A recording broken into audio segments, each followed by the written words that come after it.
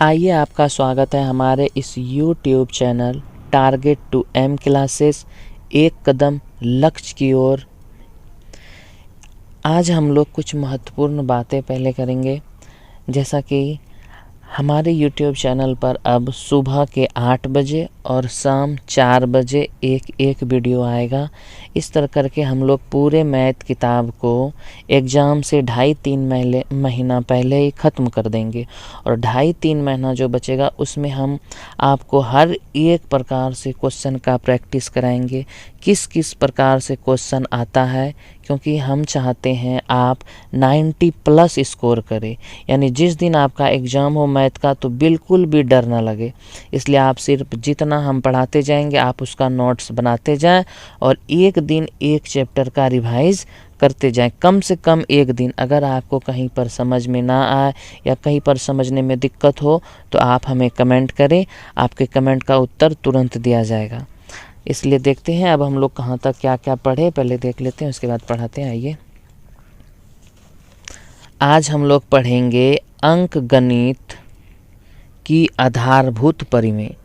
अंक गणित मतलब अंक 1, 2, 3 जितने भी नंबर है वो अंक के गणित के बारे में कौन सा आधारभूत परिमेय यानी उसका बेस क्या है उसके बारे में हम लोग जानते हैं। आइए देखते हैं क्या कह रहा है।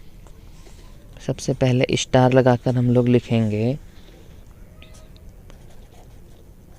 अंक गणित। जितने भी परिमेय और परिमेयिकाएँ हम पढ़ेंगे वो सारे को एक जगह लिखकर उस पर VVI लगाकर आप इम्पोर्टेंट नोट बना लें, उसके बाद उसके बारे में पढ़ेंगे। अंक गणित की आधारभूत परिमेय। अंक गणित के आधारभूत परिमेय। आइए देखते हैं ये परिमेय क्या कहता है। ये परिमेय कहता है किसी भी भाज्य संख्या को छोटे से छोटे अभाज्य संख्याओं के गुणनखंड के गुणनफल के रूप में लिखा जा सकता है। ये देखते हैं क्या बोला, लिखते हैं किसी भी भाज्य संख्या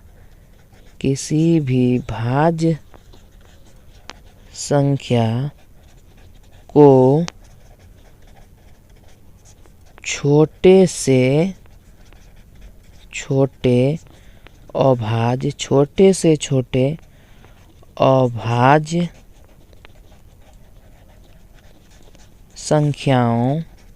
संख्याओं के गुणनखंड छोटे से छोटे अभाज्य संख्याओं के गुणनखंड के गुणनफल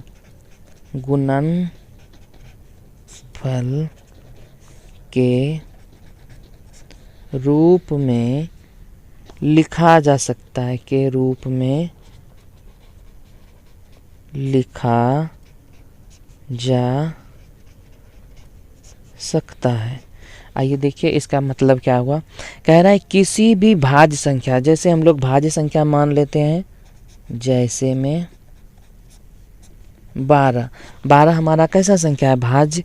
देखिए इसमें से एक शब्द आया भाज्य संख्या, दूसरा हमारा क्या आया, अभाज्य संख्या। भाज्य संख्या और अभाज्य संख्या के बारे में हम लोग वास्तविक संख्याओं में बिल्कुल अच्छे तरीके से पढ़ रखा है। अगर आप वो नहीं देखे हैं तो पहले वो देख लीजिए। वैसे इसमें हम लोग बात कर लेते हैं कि भाज्य संख्या किसे कहते हैं। आइए साइड में थोड़ा सा बता देते हैं। भाज्य संख्या वैसा संख्या जिसका 2, 3, 4 गुणनखंड हो, यानी 2 से अधिक गुणनखंड हो, उसे भाज्य संख्या कहते हैं। जैसे हमारा 4 का गुणनखंड कितना होगा, ये 1 से विभाजित होगा, 2 से भी विभाजित होगा और खुद 4 से विभाजित होगा। तो कितना गुणनखंड हो गया, 1, 2 और 1, 1, 2 और 1, 3 गुणनखंड हो गया। इसी प्रकार अभाज्य संख्या किसे कहते हैं, जो सिर्फ 1 और खुद से कटे। जैसे मान लेते हैं 7 1 से कटेगा और सिर्फ 7 से कटेगा। इसके अलावा ये और किसी भी संख्या से विभाजित नहीं होगा। तो ये हो गया अभाज्य संख्या और भाज्य संख्या। तो इस वाले थ्योरम में कहता है किसी भी भाज्य संख्या को छोटे से छोटे अभाज्य संख्याओं के गुणनखंड के गुणनफल के रूप में लिखा जा सकता है। और देखिए सबसे छोटा अभाज्य संख्या हम लोग जानते हैं क्या होता है, 2। सबसे छोटा अभाज्य संख्या 2। तब देखिए इसमें से सबसे छोटा 2 के रूप में लिखेंगे। 2 1 कम 2, 2 2 ना 4, 4 तिया 12। 2 के बाद 3 ही अभाज्य संख्या है। तो इस 12 को हम लोग कैसे लिख सकते हैं, 2 गुना 2 गुना 3। और यही कह रहा है। अगर दूसरा देखते हैं, जैसे मान लेते हैं 22। 22 को हम लोग कैसे लिख सकते हैं, एक तो सबसे छोटा अभाज्य 2, 2 के बाद और ये किससे विभाजित होगा, 3 4 11 से।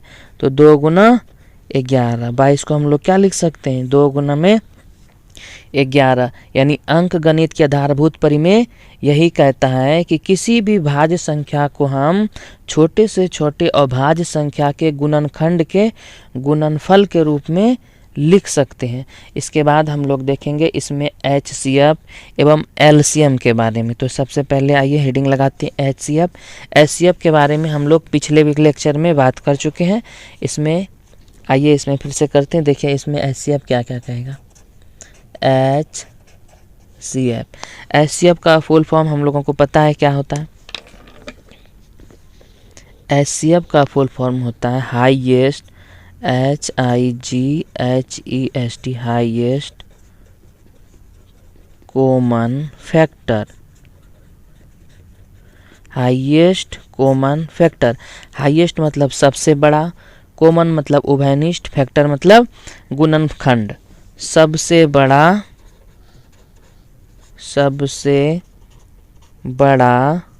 उभयनिष्ठ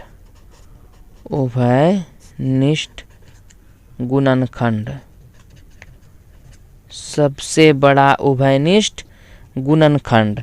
तो आइए हम लोग देखते हैं HCF के बारे में। अब लिखेंगे इसका परिभाषा के रूप में लिखेंगे HCF, वह बड़ी से बड़ी संख्या, वह बड़ी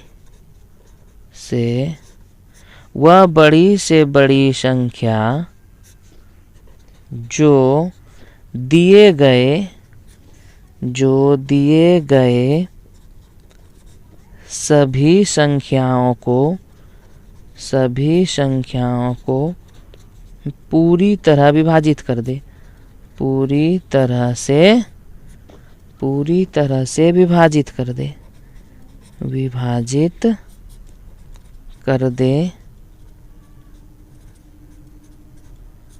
कर दे उसे क्या कहते हैं, उसे HCF कहते हैं। जैसे में आइए देखते हैं,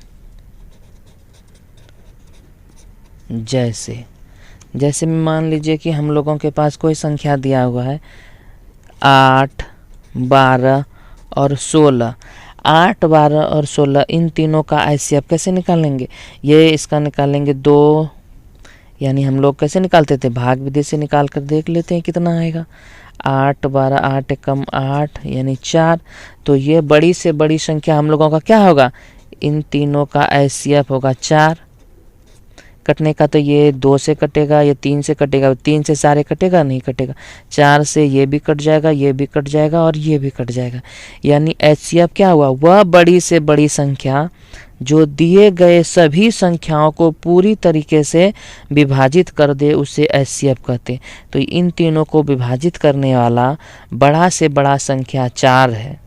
इससे बड़ा कोई भी ऐसा संख्या नहीं है जो कि इन तीनों को पूरी तरीके से विभाजित कर दे।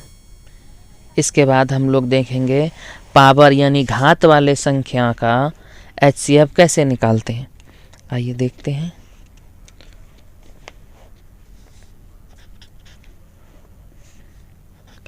POWR, पावर यानी घात वाले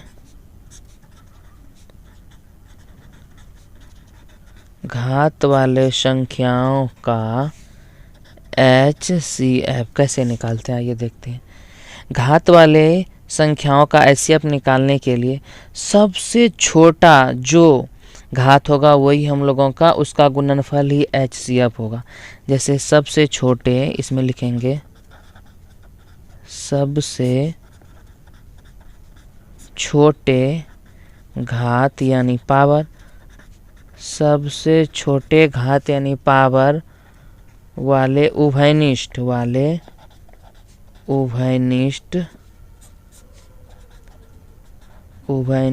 संख्याओं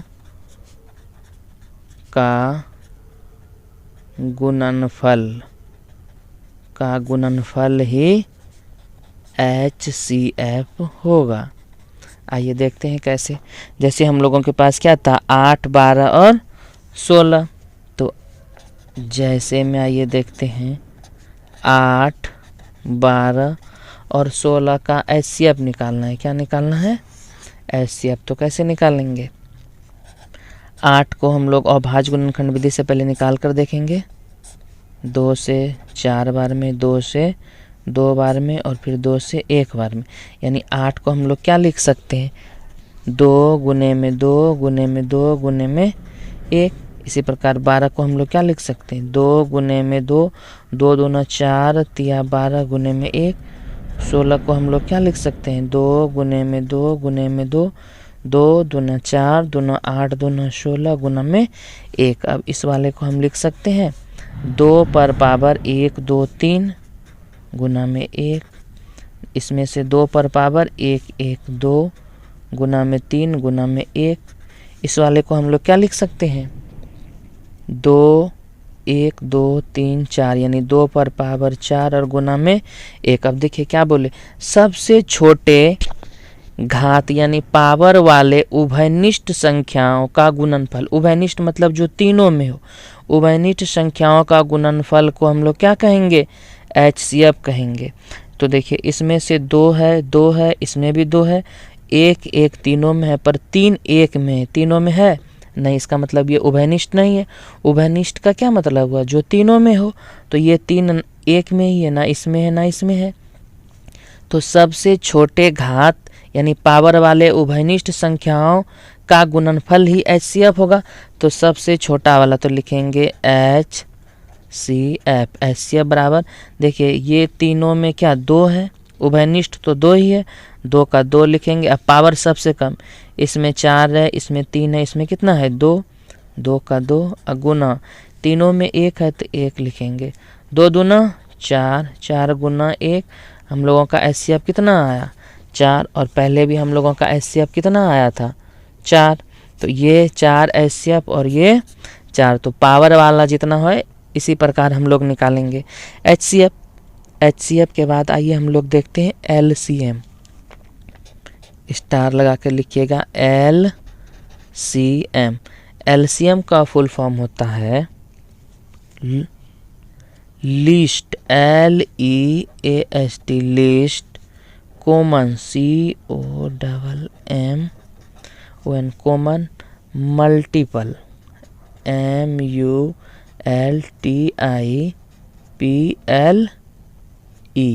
मल्टीपल। इसका मतलब होता है सबसे छोटा उभयनिष्ठ गुणज। इसमें लिखेंगे सबसे छोटा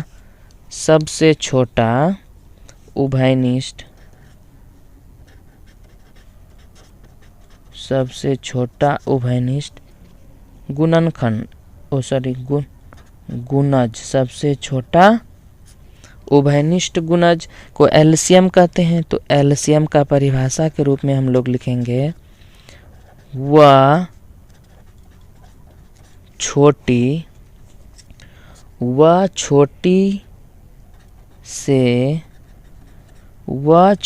से छोटी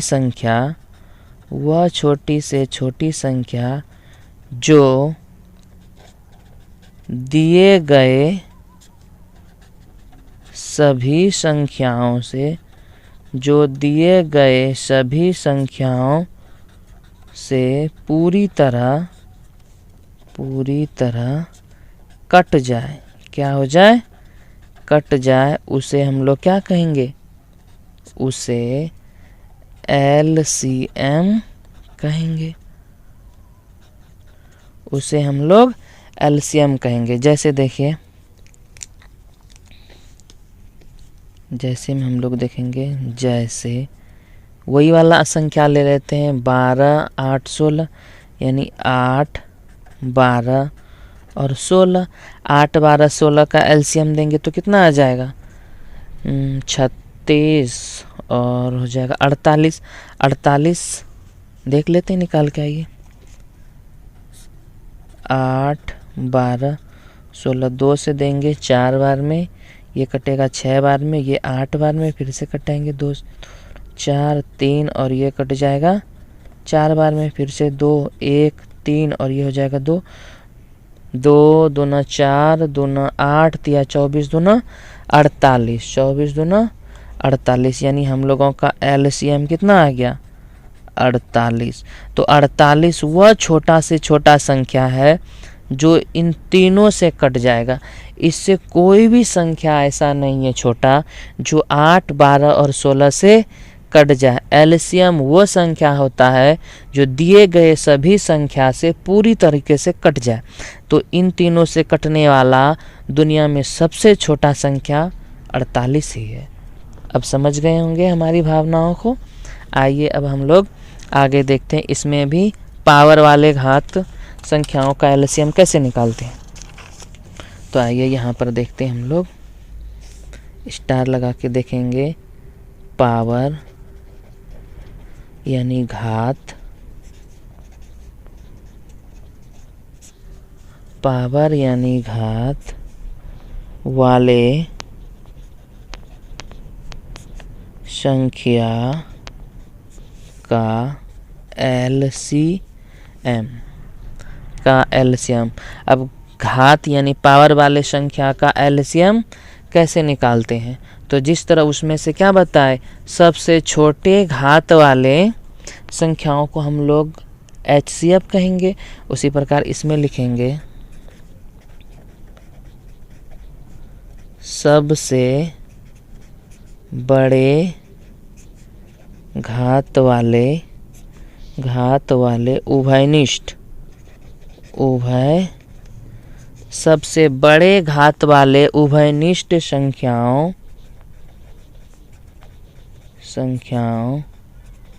का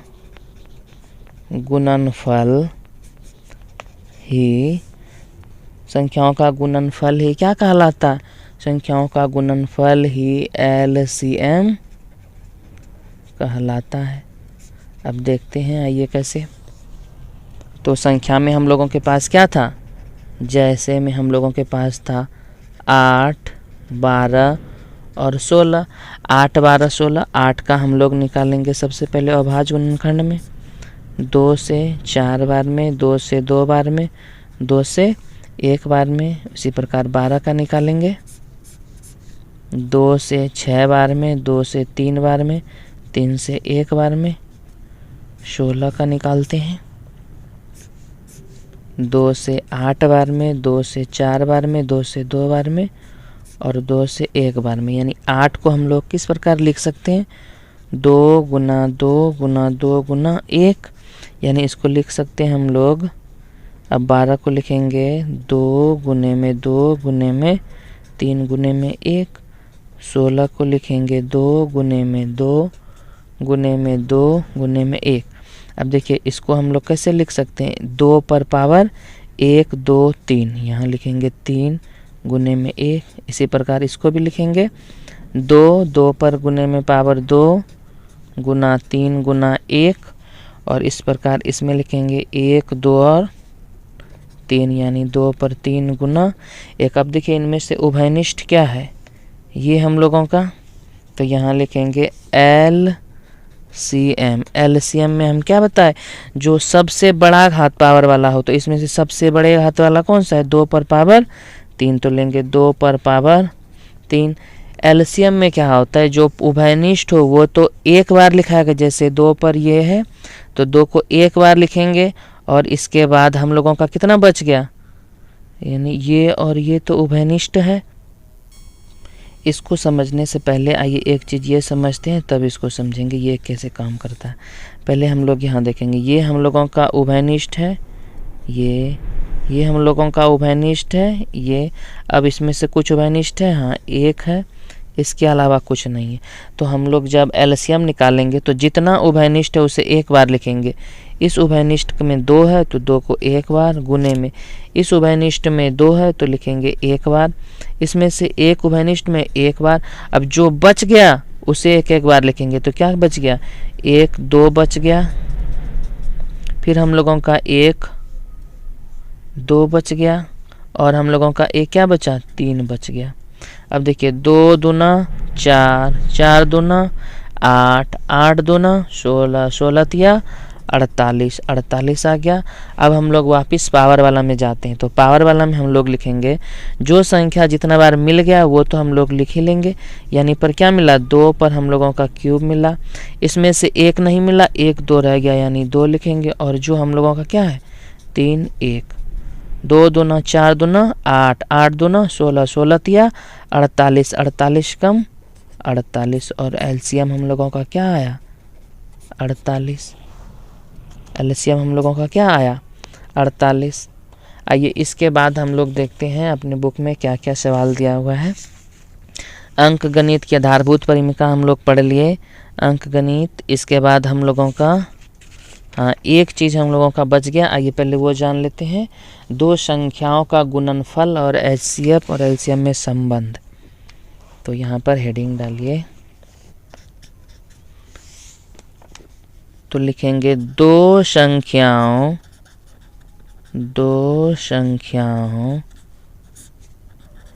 का गुणनफल, 2 संख्याओं का गुणनफल उसके एलसीएम और एचसीएफ, 2 संख्याओं का गुणनफल उसके एचसीएफ तथा एलसीएम के गुणनफल के बराबर होता है, के बराबर होता है। आइए देखिए, जैसे कि 2 संख्या लेते हैं, ये कह क्या रहा है, 2 संख्याओं का गुणनफल। जैसे 2 संख्या हम लोग ले लेते हैं, मान लेते हैं 8 और एक हो गया 16।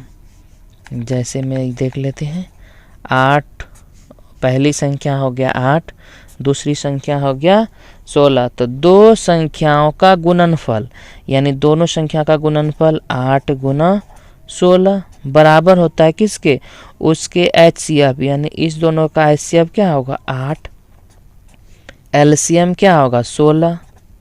तो देखिए 8 16 8 72 से और 16 8 28 से, सॉरी इसमें भी गुना करेंगे 16 8 88, यानी 128 128 हुआ। हम लोग बचपन की क्लासों में ही पढ़ रखा है ये वाला सूत्र। तो लिखेंगे पहली संख्या गुना दूसरी संख्या, पहली संख्या गुना दूसरी संख्या, और ये बराबर होता है किसके, एलसीएम गुना एचसीएफ के, एलसीएम गुना एचसीएफ। यही चीज़ हम लोग बताए, और इस पर सवाल हम लोग का अध्याय 1 पॉइंट यानी प्रश्नावली 1.2 में मिलेगा। इसलिए प्रश्नावली 1.2 में जितने सारे सवाल आएंगे उसमें जितना बेसिक बातें जुड़ा था वो सारे बेसिक बातें हम लोग इस लेक्चर में कर लिए। इसके बाद 1.2 के पहले जितने सारे उदाहरण होंगे उसे हम लोग नेक्स्ट वीडियो में कवर करते हैं।